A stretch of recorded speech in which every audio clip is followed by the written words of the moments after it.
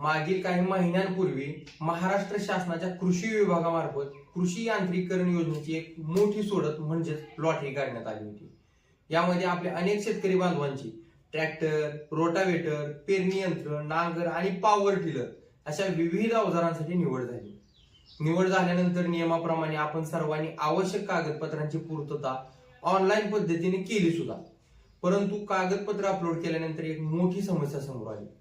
काही शेतकऱ्यांना तातडीने पूर्वसंमती मिळाली, मात्र अद्यापही असंख्य शेतकरी बांधव पूर्वसंमतीच्या प्रतीक्षेत आहेत। जेव्हा आपण आपल्या गावातील सहाय्यक कृषी अधिकारी यांच्याशी संपर्क साधला तेव्हा असं समजलं की तांत्रिक कारणास्तव किंवा पोर्टलच्या मर्यादांमुळे गेल्या 1 ते 1.5 महिन्यांपासून ही पूर्वसंमती देण्याची प्रक्रिया बंद झाली होती। मात्र गेल्या आठवड्यापासून सोशल मीडियावर एक चर्चा मोठ्या प्रमाणावर रंगते। कृषी यांत्रिकरण योजनेची पूर्वसंमती पुन्हा एकदा सुरू झाली आहे। आता या बातम्यांमध्ये नक्की सत्यता किती आहे? खरोखरच पोर्टल सुरू झालं आहे का? या सर्व प्रश्नांची सविस्तर आणि अधिकृत अशी दोन्ही माहिती आपण आजच्या या व्हिडिओमध्ये पाहणार आहोत। तर नमस्कार शेतकरी बांधवांनो, माझा सातबारा या हक्काच्या प्लॅटफॉर्मवर मी प्रमोद आपलं सहर्ष स्वागत करतोय। शेतकरी मित्रांनो, सोशल मीडियावर कृषी यांत्रिकरणाची पूर्वसंमती सुरू झाल्याच्या बातम्या वेगाने पसरत आहेत।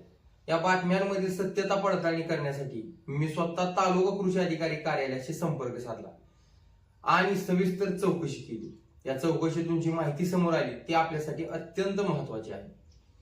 तालुका कृषी अधिकाऱ्यांनी दिलेल्या अधिकृत माहितीनुसार पोर्टलवर अद्यापही पूर्वसंमती देण्याची प्रक्रिया सुरू झालेली नाही। सोशल मीडियावर फिरणारे मेसेज हे निराधार असून यामध्ये कोणतेही तथ्य नाही। महत्त्वाची बाब म्हणजे ही अडचण केवळ एखाद्या तालुक्यापुरती किंवा जिल्ह्यापुरती मर्यादित नसून संपूर्ण महाराष्ट्र राज्यात सध्या हीच परिस्थिती आहे। त्यामुळे कोणत्याही जिल्ह्यातील शेतकऱ्यांनी संभ्रमात राहू नये। अधिकाऱ्यांनी एका गोष्टीवर विशेष जोर देऊन सांगितले की ज्या शेतकऱ्यांची निवड झालेली आहे आणि जे शेतकरी पूर्वसंमतीच्या प्रतीक्षेत आहेत अशांनी सध्या कोणत्याही यंत्राची खरेदी करू नये। पूर्वसंमती येण्यापूर्वी केलेली खरेदी ही अनुदानासाठी ग्राह्य धरली जात नाही याची कृपया सर्व शेतकऱ्यांनी नोंद घ्यायची। ही प्रक्रिया नक्की कधी सुरू होईल याबाबत विचारले असता वरिष्ठ स्तरावरून अद्यापही कोणतेही आदेश किंवा निश्चित अशी तारीख मिळाली नसल्याचे त्यांनी स्पष्ट केले आहे। त्यामुळे शेतकरी बांधवांनो, पूर्वसंमती सुरू झाल्याच्या बातम्या पूर्णपणे चुकीच्या आहेत।